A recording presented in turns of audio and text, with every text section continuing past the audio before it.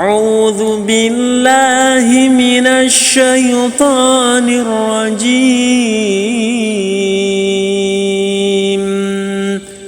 بسم الله الرحمن الرحيم.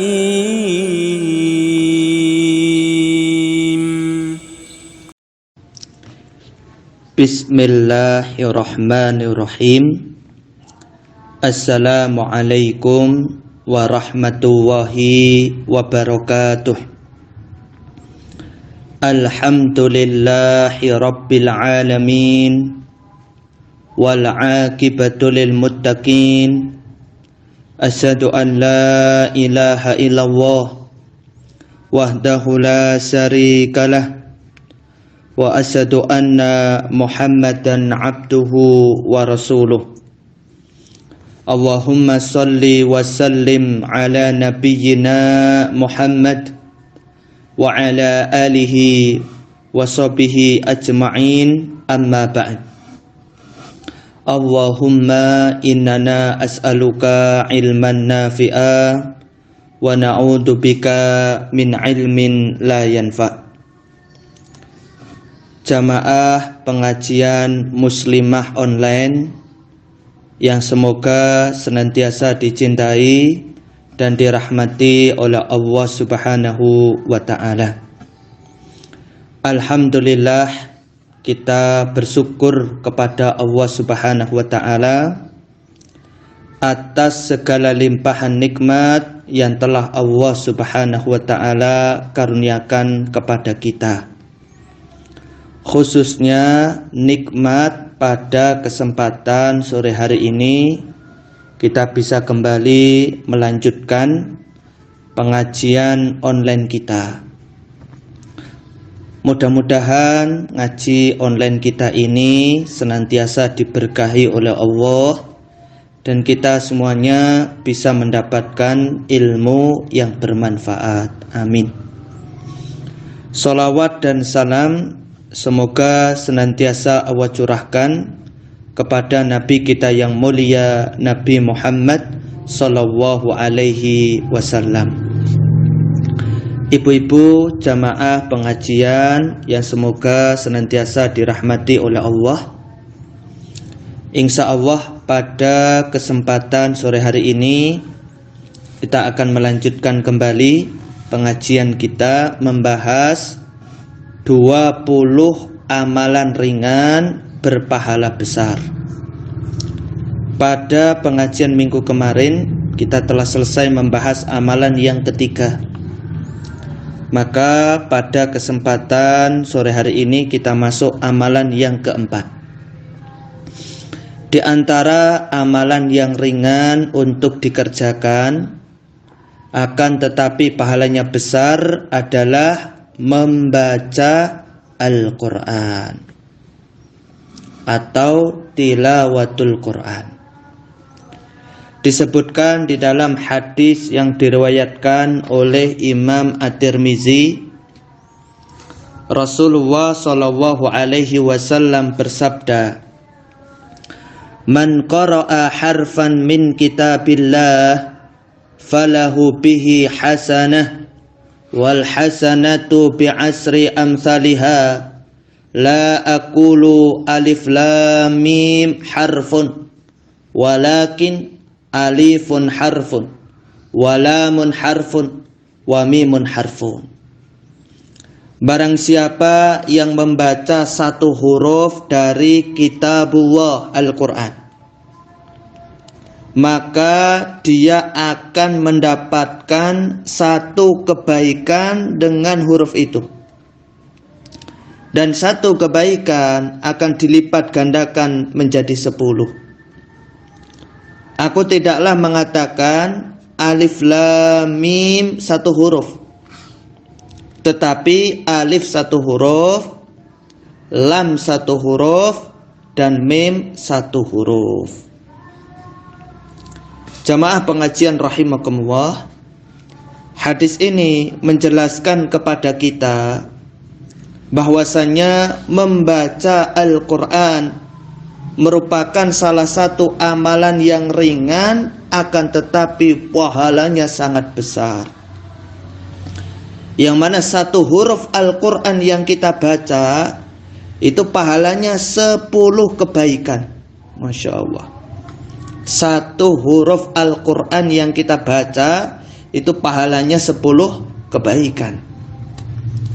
Sehingga ketika kita membaca Alif Lam Mim, maka kita mendapatkan 30 pahala kebaikan. Karena Alif Lam Mim terdiri dari 3 huruf. Alif Lam Mim. Subhanallah. Oleh karenanya, mari ibu-ibu sekalian, kita berusaha untuk bisa banyak membaca Al-Quran. Mari kita perbanyak membaca Al-Quran. Kalau bisa sehari 1 juz. Kalau tidak bisa mungkin sehari setengah juz. Kalau juga tidak bisa, ya sehari mungkin 2 halaman atau minimal 1 halaman. Jangan sampai kita ada 1 hari yang terlewat dari membaca Al-Quran. Orang yang rajin baca Al-Quran ini adalah orang yang untung. Dia akan mendapatkan banyak sekali pahala kebaikan. Jamaah pengajian yang semoga senantiasa dicintai dan dirahmati oleh Allah. Sekarang kita bahas adab-adab ketika membaca Al-Quran. Membaca Al-Quran memiliki beberapa adab yang harus diperhatikan oleh seorang qari, pembaca Al-Quran, agar ia mendapatkan berkah dari bacaan Al-Qur'annya serta meraih pahala yang sempurna. Dan di antara adab membaca Al-Qur'an yang pertama, niat yang benar. Niat yang benar maksudnya ikhlas karena Allah Subhanahu wa ta'ala semata. Yaitu dia membaca Al-Quran, niat dia semata-mata mengharapkan ridha Allah. Dia membaca Al-Quran, niat dia semata-mata mengharapkan pahala dari Allah. Dia membaca Al-Quran, niatnya semata-mata mengharapkan wajah Allah. Sebab amalan yang dikerjakan dengan niat yang tidak ikhlas tidak akan diterima oleh Allah. Rasulullah SAW bersabda di dalam hadis riwayat Imam An-Nasa'i. Kata Nabi SAW, Inna Allah Ta'ala la yakbalu minal amal illa ma kana lahu khalisan wa batughiya bihi wajhuh. Sesungguhnya Allah Ta'ala tidak menerima suatu amal perbuatan kecuali yang dilakukan dengan ikhlas dan semata-mata mengharapkan wajah Allah. Hadis ini merupakan dalil bahwasannya Allah Subhanahu wa Ta'ala tidak akan menerima sebuah amalan kecuali amalan itu dikerjakan dengan niat yang ikhlas. Allah Subhanahu wa Ta'ala di dalam Al-Quran juga memerintahkan kepada kita untuk ibadah dengan niat yang ikhlas. Sebagaimana firman Allah di dalam Quran surat Al-Bayyinah ayat nomor 5. Kata Allah Ta'ala, wa ma umiru illa liya'budullah mukhlisina lahuddin hunafa. Padahal mereka hanya diperintah menyembah Allah dengan ikhlas, mentaatinya semata-mata karena menjalankan agama yang lurus. Oleh karenanya seorang pembaca Al-Quran dia harus senantiasa mengikhlaskan niatnya karena Allah semata. Dia membaca Al-Quran, niat dia semata-mata mengharapkan pahala dari Allah, bukan karena riya ataupun sum'ah. Jangan sampai kita membaca Al-Quran, niat kita hanya karena ingin mendapatkan pujian dari manusia, hanya karena ingin mendapatkan sanjungan dari manusia, hanya karena ingin pamer di grup WA, pamer dengan jamaah pengajian yang lainnya. Jangan sampai. Akan tapi hendaknya kita membaca Al-Quran semata-mata untuk mendapatkan pahala dari Allah, dan juga untuk mendapatkan janji Allah bagi orang-orang yang membaca Al-Quran. Demikian juga hendaknya ketika kita membaca Al-Quran, kita niatkan untuk mengikuti Al-Quran. Dan kita juga ketika membaca Al-Quran, kita niatkan untuk mengamalkan Al-Quran, untuk menerapkan hukum-hukum yang ada dalam Al-Quran. Dan kita juga niatkan ketika membaca Al-Quran untuk mempelajari bagaimana kita bisa menggapai ridha Allah Subhanahu wa ta'ala. Sungguh beruntung orang yang membaca Al-Quran dan niatnya benar. Sungguh beruntung, dia akan mendapatkan pahala yang besar, dia akan mendapatkan banyak keberkahan dari Al-Quran yang dia baca. Jamaah pengajian rahimakumullah, di antara adab tilawatul Quran, membaca Al-Quran, yang kedua, mengharapkan pahala. Hendaknya seseorang yang membaca Al-Quran, dia mengharapkan pahala dari Allah. Selain itu, dia juga niatkan untuk mencari pahala yang dijanjikan dalam hadis Nabi SAW.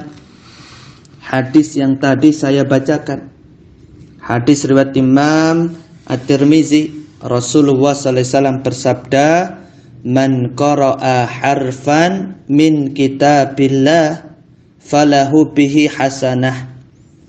Barang siapa membaca satu huruf dari kitabullah Al-Quran, maka baginya satu kebaikan. Wal hasanatu bi'asri amsalihah. Setiap kebaikan akan dibalas dengan 10 kali lipatnya. La aqulu, aku tidak mengatakan alif lam mim harfun, satu huruf, walakin, akan tetapi alifun harfun, alif satu huruf, walamun harfun, lam satu huruf, wa mimun harfun, mim satu huruf. Jadi kita membaca Al-Quran, itu niat kita mengharap pahala dari Allah, dan juga kita mengharapkan mendapatkan janji Rasulullah SAW dalam hadis tadi yang saya bacakan. Kemudian di antara adab tilawatul Quran, membaca Al-Quran, yang ketiga, membaca Al-Quran dalam keadaan suci. Jadi sebelum kita membaca Al-Quran, kita dianjurkan untuk berwudu dulu. Karena berwudu atau bersuci sebelum membaca Al-Quran akan mendatangkan pahala yang lebih besar. Pahala akan menjadi lebih sempurna apabila seseorang membaca Al-Quran dalam keadaan bersuci. Meskipun demikian, seseorang juga boleh membaca Al-Quran tanpa berwudu, boleh, kalau dia membaca Al-Quran dengan hafalannya. Adapun jika dia membacanya dari mushaf, hendaknya dia tetap dalam kondisi mempunyai wudu. Jadi sekali lagi jamaah rahimakumullah, kalau kita ingin baca Al-Quran, hendaknya kita ambil air wudhu dulu, sehingga kita membaca Al-Quran dalam kondisi suci. Kemudian di antara adab membaca Al-Quran yang keempat, bersuci ketika hendak menyentuh mushaf Al-Quran. Jadi kalau kita ingin menyentuh mushaf Al-Quran, maka kita harus dalam kondisi suci. Sebagian ulama mengatakan hukumnya wajib berwudhu dulu sebelum menyentuh mushaf Al-Quran. Wajib bersuci ketika hendak menyentuh mushaf Al-Quran. Di dalam sebuah hadis yang diriwayatkan oleh Imam At-Tabrani,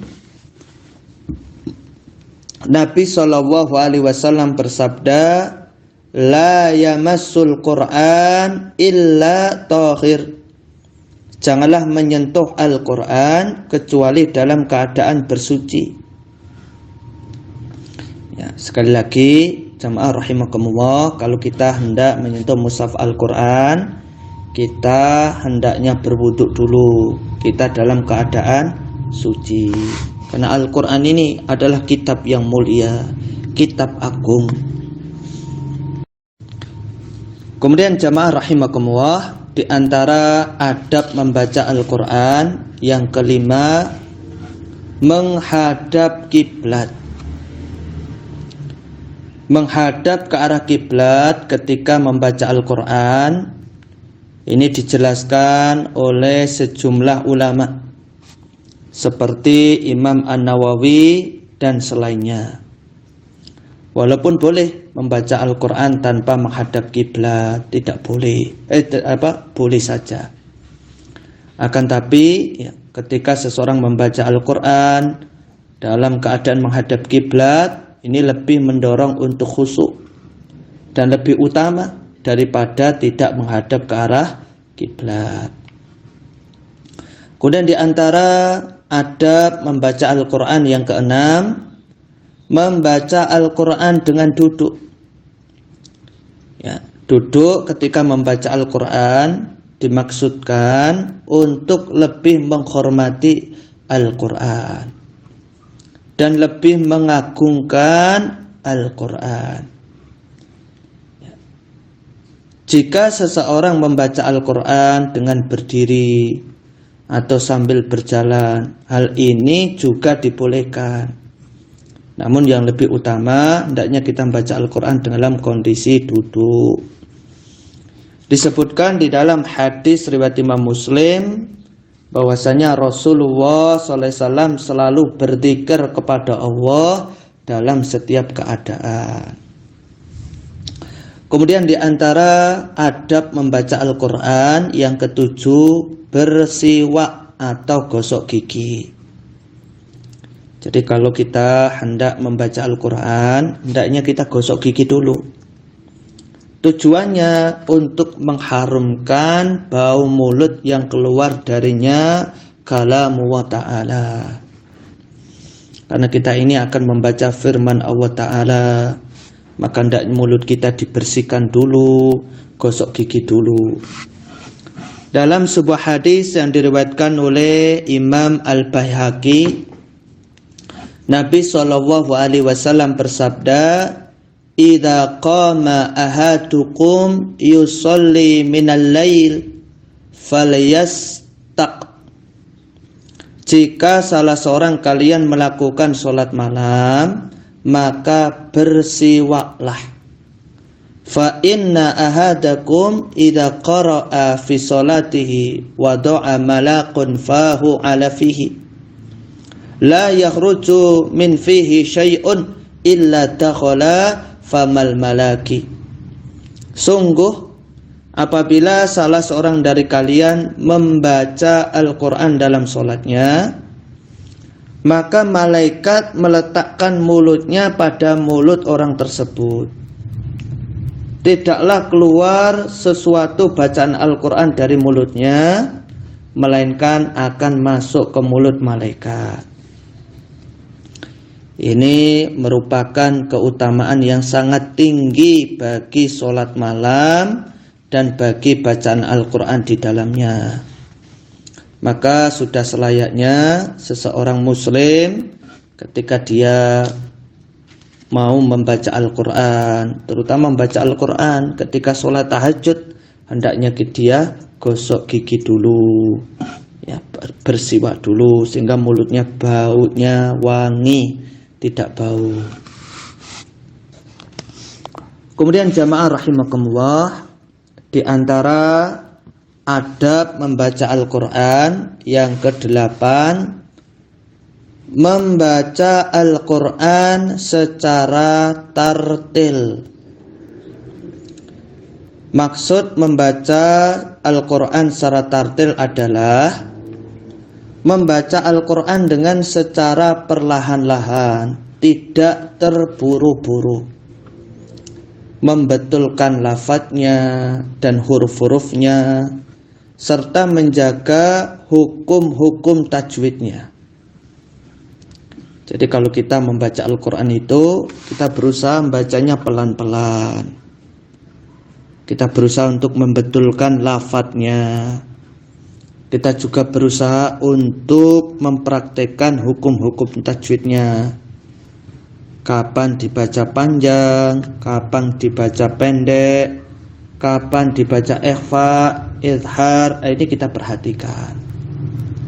Jangan baca Al-Quran banter-banter, jangan. Tapi kita baca Al-Quran yang pelan-pelan.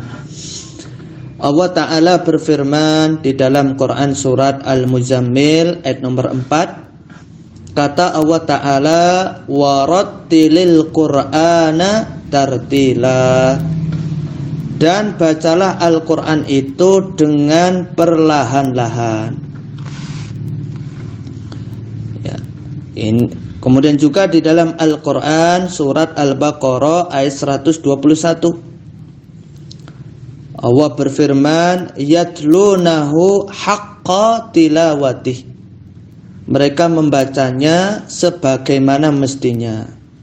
Yakni maksudnya menjaga hukum-hukum bacaan dan tilawahnya, membetulkan pengucapan lafadz maupun huruf-hurufnya, menghalalkan apa yang dihalalkannya dan mengharamkan apa-apa yang diharamkannya, serta mengikuti dan mengamalkan apa yang tersebut di dalamnya.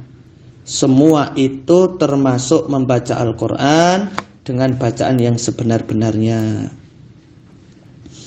Ya, oleh karenanya sekali lagi jamaah rahimakumullah, ya, kita berusaha membaca Al-Quran secara tartil, ya, perlahan-lahan, sambil kita perhatikan apa itu hukum-hukum tajwidnya. Kita berusaha untuk membetulkan lafadznya, huruf-hurufnya. Kemudian jamaah rahimakumullah, di antara adab membaca Al-Quran yang ke-9, yaitu membaguskan suara saat membaca Al-Quran. Jadi membaguskan suara ketika membaca Al-Quran ini termasuk adab tilawah. Disebutkan di dalam hadis yang diriwayatkan oleh Imam Abu Dawud, Nabi SAW bersabda, yazinul Quran bi aswatikum fa inna sawtal hasana yazidul Quran hasanan. Hiasilah Al-Quran dengan suara kalian. Sesungguhnya suara yang bagus menambah bagus Al-Quran.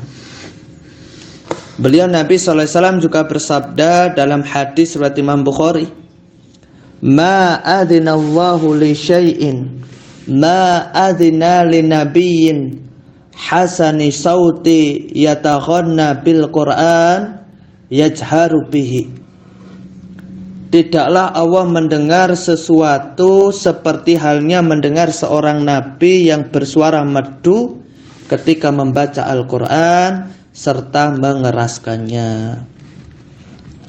Maka hendaknya orang yang membaca Al-Quran, dia berusaha membaguskan suara semampunya, karena para malaikat menyimak bacaan itu. Bahkan manusia juga suka mendengar orang yang membaca Al-Quran yang suaranya merdu, suaranya bagus. Ya, maka bagusnya suara dalam membaca Al-Quran dapat mendorong orang lain untuk mendengarkan bacaan Al-Quran. Maka silakan ibu-ibu latihan baca Al-Quran dengan suara yang merdu, suara yang bagus. Insya Allah bisa semampunya. Ya, mungkin pengajian kita pada kesempatan sore hari ini kita cukupkan dulu. Berarti pembahasan kita tentang adab tilawatul Quran ini belum selesai. Insya Allah minggu depan kita lanjutkan insya Allah. Demikian pengajian kita. Saya akhiri. Subhanaka Allahumma wa bihamdika asyhadu an la ilaha illa anta astaghfiruka wa atubu ilaik. Wassalamualaikum warahmatullahi wabarakatuh.